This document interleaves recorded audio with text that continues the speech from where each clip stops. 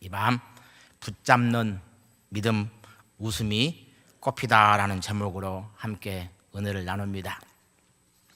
한 집사님이 계셨습니다. 남편과 결혼하여 알뜰살뜰 살아갑니다. 그런데 언제부터인가 주말이면 외박이 잦아집니다.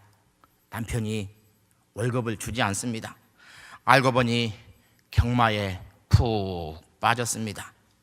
남편과 다툼이 이어지고 가정폭력이 일어납니다. 살던 집도 날아갔습니다. 결국 이혼하고 지하 단칸방으로 두 딸을 데리고 이사를 갔습니다. 어려움의 모습은 보이지 않으려고 하는 것이 우리 인간의 마음입니다. 그런데 그 상황 가운데서도 이사 갔다고 신방 예배를 드립니다. 신방 예배를 드리는데 왈칵 눈물이 쏟아집니다. 나도 울고 집사님도 같이 웁니다. 한 맺힌 목소리가 있습니다. 목사님, 저는 예수님 믿고 받은 축복이 없어요. 그 목소리가 얼마나 가슴을 아프게 하였는지 모릅니다. 집사님, 그래도 이렇게 망가지지 않아서 감사하고 단칸방 이사 왔다고 예배 드릴 수 있는 마음을 주시니 이보다도 더 큰 축복이 어디에 있겠습니까? 하면서 위로하고 격려를 하였던 믿음의 추억이 있습니다. 집사님은 유치원 차량을 운전하면서 두 딸의 엄마의 자리를 든든하게 지켜내었습니다. 믿음으로 산다는 것은 무엇을 말할까요? 믿음으로 산다는 것, 그것은 고난의 때에도 역경의 때에도 하나님을 붙잡는 것입니다. 역경의 때에 고난의 때에 예수를 믿지 않는 사람들은 세상을 원망하고 불평하면서 살아가는 것이지요. 세상을 향한 분노를 쏟아놓습니다. 그래서 때로는 묻지마 살인이 일어나기도 하고, 심한 사람은 절망 속에서 자신의 생명줄을 놓는 자살도 일어나는 것입니다.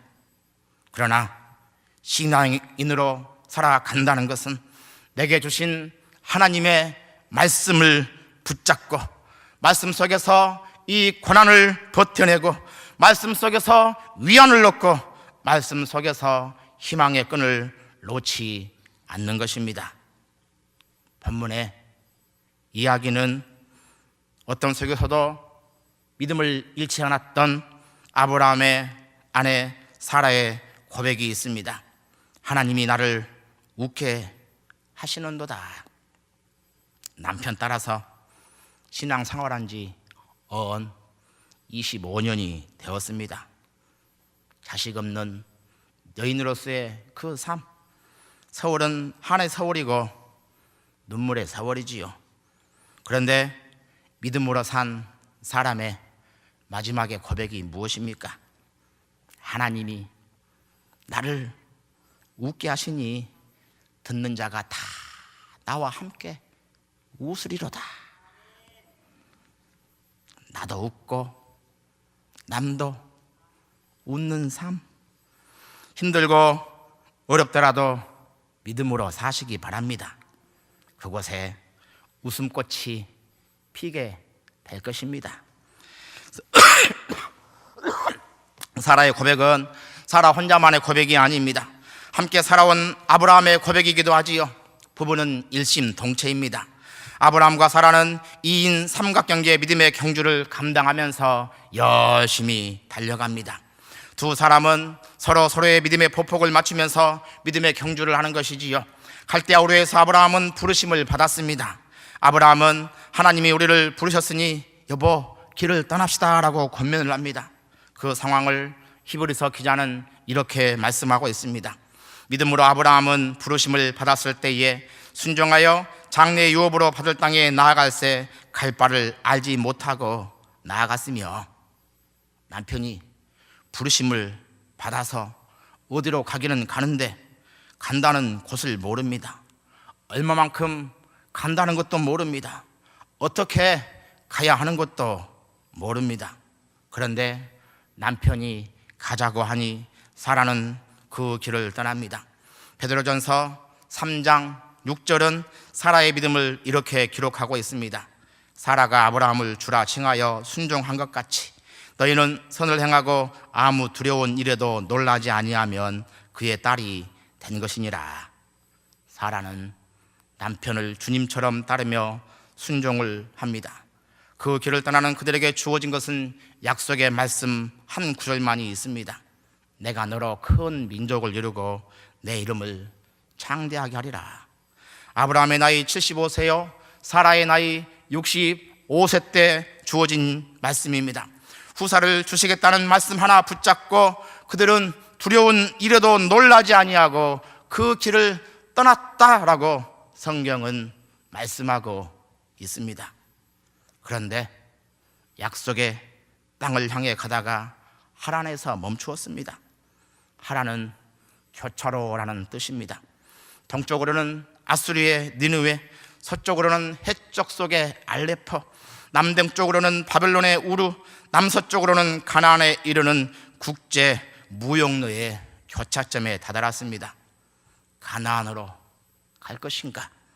니느웨로 갈 것인가? 아니면 다시 고향 땅으로 돌아갈 것인가?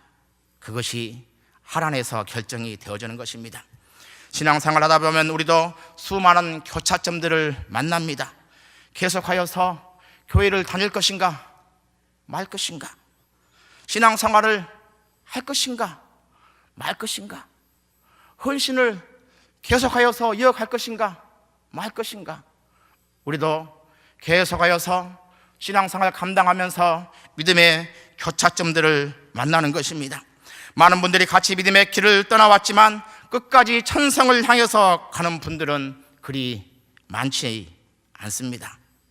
수많은 믿음의 교차로를 건너가야 하는 이 상황 가운데에서 우리가 계속하여서 이 길 가운데에서 나의 신앙이 중단되지 아니하고 내 신앙생활이 계속하여서 걸어갈 수 있는 힘은 어디에서 주어지는 것일까요? 1절은 이렇게 말씀하고 있습니다. 여호와께서 말씀하신 대로 사라를 돌보셨고 여호와께서 말씀하신 대로 사라에게 행하셨으므로. 본문에는 두 가지가 강조되고 있습니다. 말씀하신 대로 돌보셨다, 말씀하신 대로 행하셨다. 아브라함과 사라의 인생이만 하나님의 은혜의 강조인 동시에 아브라함과 사라의 믿음의 행진을 강조하고 있습니다. 말씀하시는 하나님, 그것을 붙잡는 두 사람, 그리고 붙잡는 그 말씀을 성취하시는 하나님의 이야기가 강조되어 있습니다. 민수기 23장 19절은 말씀하십니다.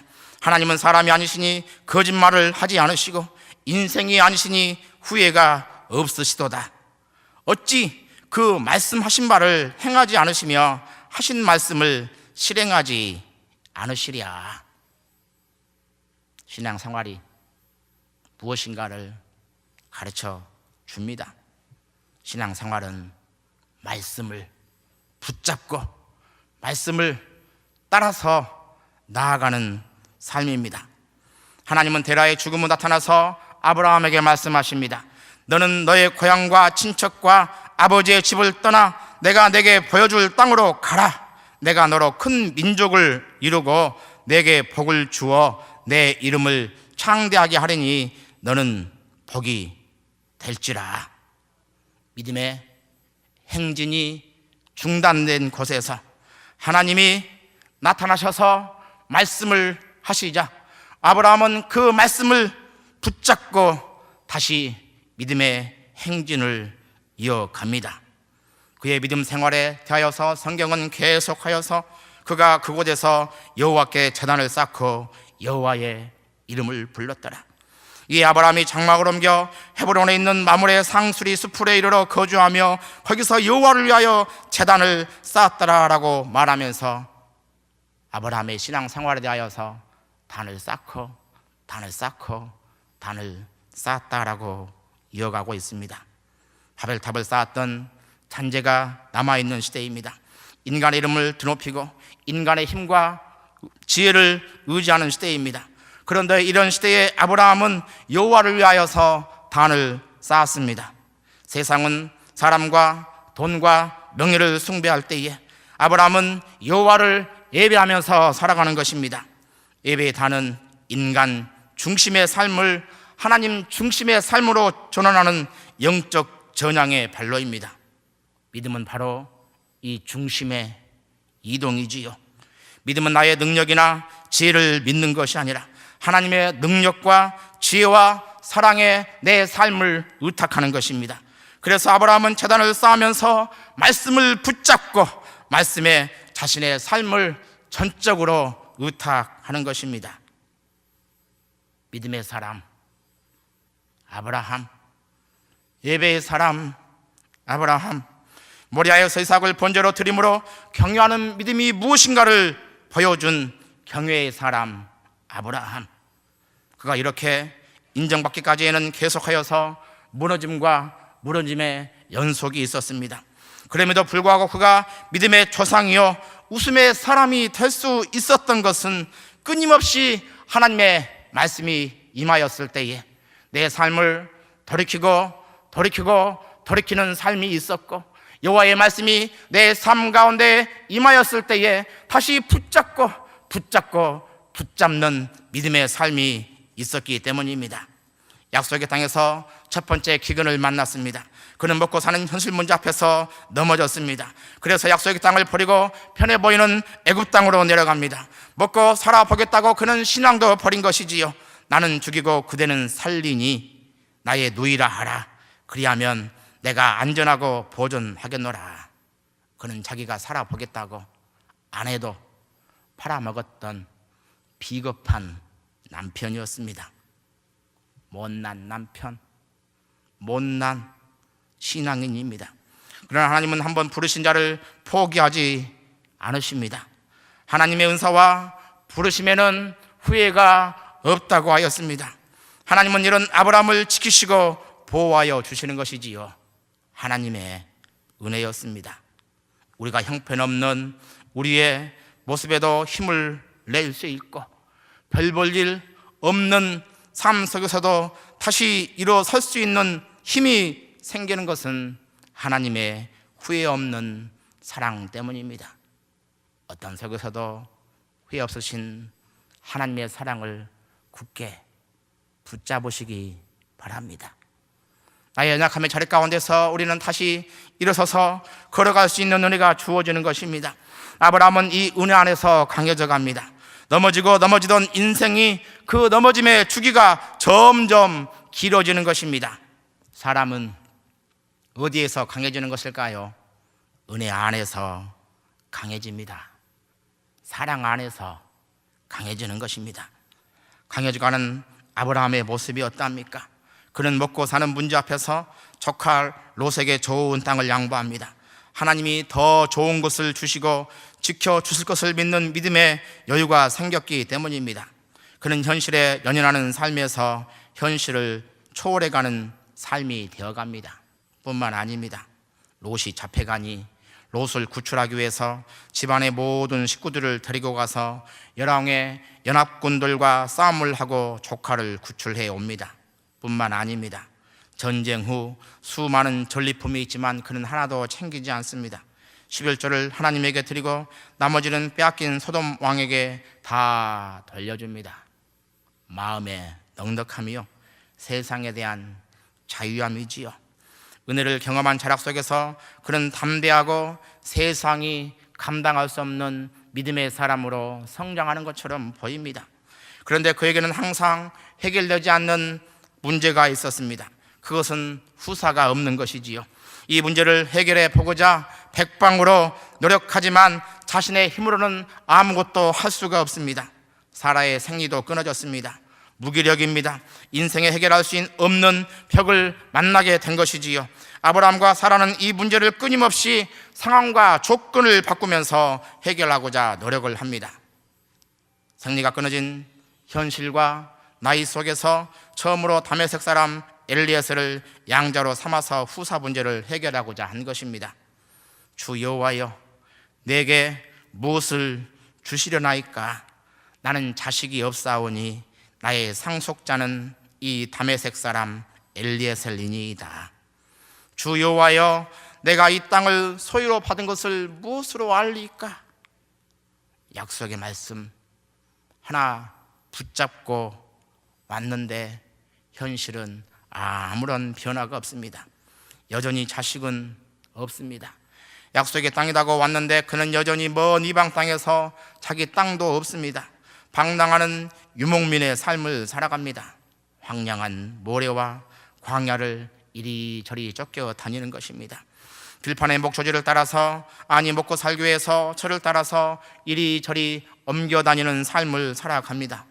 얼마나 많은 이사를 다녔는지 모릅니다. 그는 먹고 살기 위하여서, 신앙의 자리를 지키기 위하여서 얼마나 열심히 살아왔는지 모릅니다. 그러나 현실은 아직도 후사가 없고, 현실은 아직도 발붙이고 살아갈 내 땅 한 평 없고 내 집 한 칸 없는 삶을 살아가고 있는 것입니다. 그는 하나님에게 끊임없이 항변합니다. 하나님, 저는 지금까지 모든 것을 제쳐놓고 믿음 생활을 해왔습니다. 그동안 제가 어려운 고비를 한두 번 넘긴 것도 아닙니다. 하나님은 제게 그 가운데서도 거듭 약속들을 주셨습니다.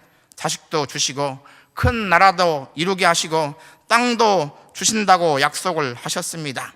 그런데 저는 지금 받은 것이 아무것도 없습니다. 하나님, 저는 그저 바라기만 하다가 끝내는 인생을 살아야 합니까? 그는 깊은 고뇌의 밤을 보냅니다.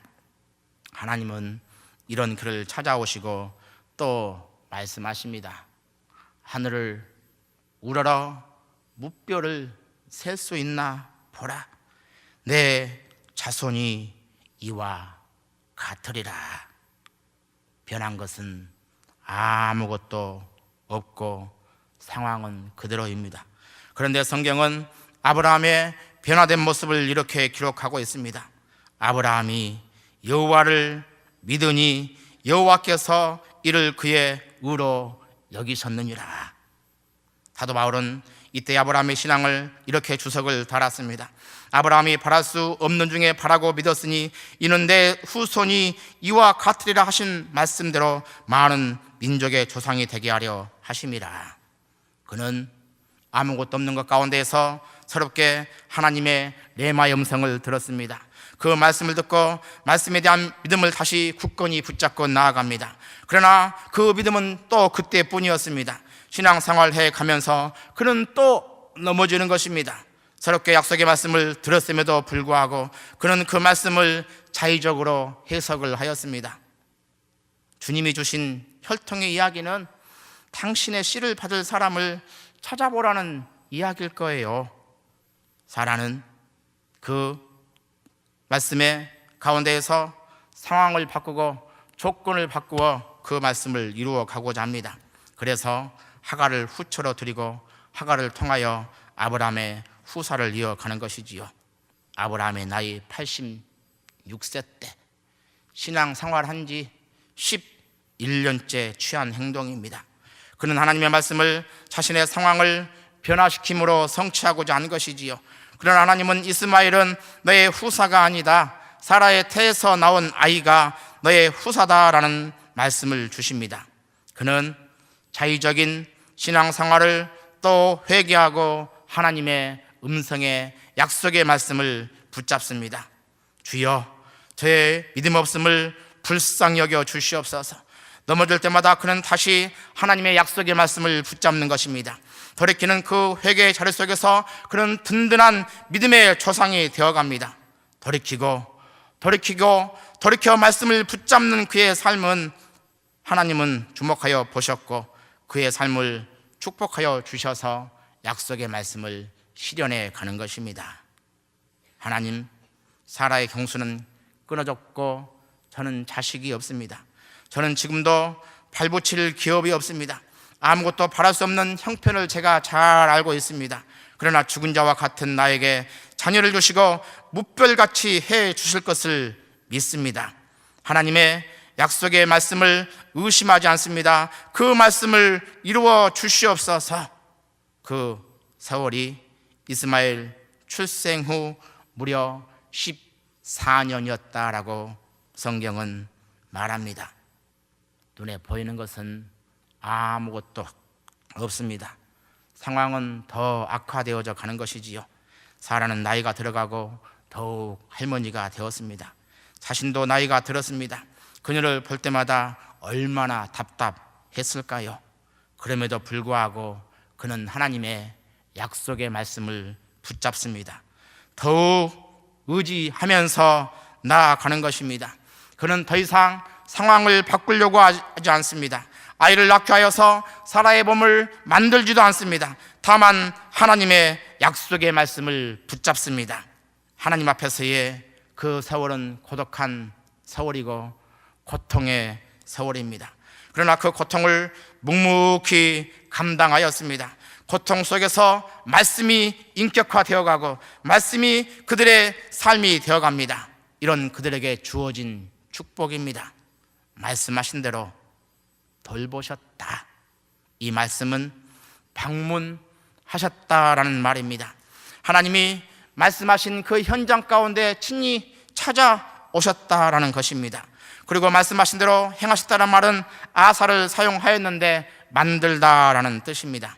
하나님이 친히 상황들을 주장하셔서 일을 만들어 내셨음을 성경은 기록하고 있습니다. 하나님은 만들어 내시는 분이십니다. 하나님은 불가능 속에서도 일을 만들어 내시는 전능하신 분이십니다. 창세기 기자는 그것을 시기가 되어라고 주석을 달고 있습니다. 하나님이 정해놓은 시기가 있습니다. 정해놓은 정점이 있습니다. 우리가 생각하는 시기와 하나님이 정해놓은 시기는 다릅니다. 그러나 분명한 것은 하나님이 정해진 시간이 되면 하나님의 말씀은 반드시 성취가 된다는 것입니다. 그곳에 임한 은혜입니다.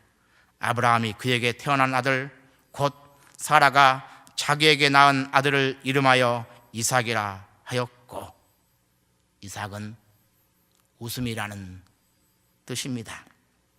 사라의 고백이 더 붙여 있지요. 하나님이 나를 웃게 하시는도다. 고통이 잉태되어 출산이 되면 웃음이 탄생합니다. 말씀이 잉태되어 때가 차면 반드시 출산하게 되는데 그곳에 웃음꽃이 활짝 피는 은혜가 주어지는 것입니다. 여러분 인생 살 때에 고난을 회피하지 말고 고난을 품고 잉태하시기 바랍니다. 고난할 때에 말씀을 붙잡고 말씀을 품으시기 바랍니다. 반드시 웃음으로 활짝 피는 은혜가 있을 것입니다. 믿음으로 산다는 것은 내가 바라는 상황을 고집하는 것이 아닙니다.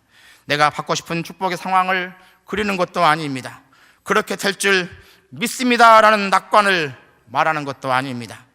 믿음으로 산다는 것은 내가 받을 축복을 위하여서 상황과 조건을 변경시키는 것도 아닙니다. 믿음으로 산다는 것은 말씀을 끝까지 붙잡는 것입니다. 상황과 조건을 바라보는 것이 아니라 나에게 주신 하나님의 그 약속의 말씀을 의탁하는 것입니다. 믿음으로 산다는 것은 나에게 주신 그 말씀이, 내가 품었던 그 말씀이 내 삶 가운데에 그대로 성취되는 것을 보는 것입니다. 믿음으로 사라 자신도 나이가 많아 단산하였으나 잉태할 수 있는 힘을 얻었으니 이는 약속하신 일을 미쁘신 줄 알미었어라. 믿음으로 살았던 사라, 그녀는 나이 90세의 할머니 때에 귀족둥이 이삭을 낳았고 그녀는 웃음의 인생이 되었습니다. 순례의 여정에 동참해 가시는 여러분들을 감사합니다. 믿음의 사람, 웃음의 사람은 끊임없이 돌이키는 사람입니다. 실수와 허물 앞에서 돌이키고 현재 상황 앞에서 좌절하는 좌절 앞에서 돌이키는 사람입니다. 그리고 나에게 주신 하나님의 약속의 말씀을 굳게 붙잡는 것이지요. 상황과 조건을 바꾸어 어떻게 해보려는 것이 아니라 더욱더 말씀에 자신을 붙들어 매는 사람입니다. 하나님은 그 사람을 통하여 하나님의 약속의 말씀을 성취하시고, 하나님은 그 말씀에 의지하여 살아가는 인생을 통하여서 웃음꽃이 만발한 인생을 살아갈 수 있는 축복을 주실 것입니다. 힘들고 어려울 때 더욱 말씀을 품고 잉태하는 속에 내 삶 가운데에 기적둥이가 탄생이 되어지고, 내 삶 가운데에 웃음꽃이 가득한 은혜가 우리의 삶 가운데에 가득하시기를 바랍니다. 함께 기도하며 또 우리 은혜 자리 가운데 나아갑니다.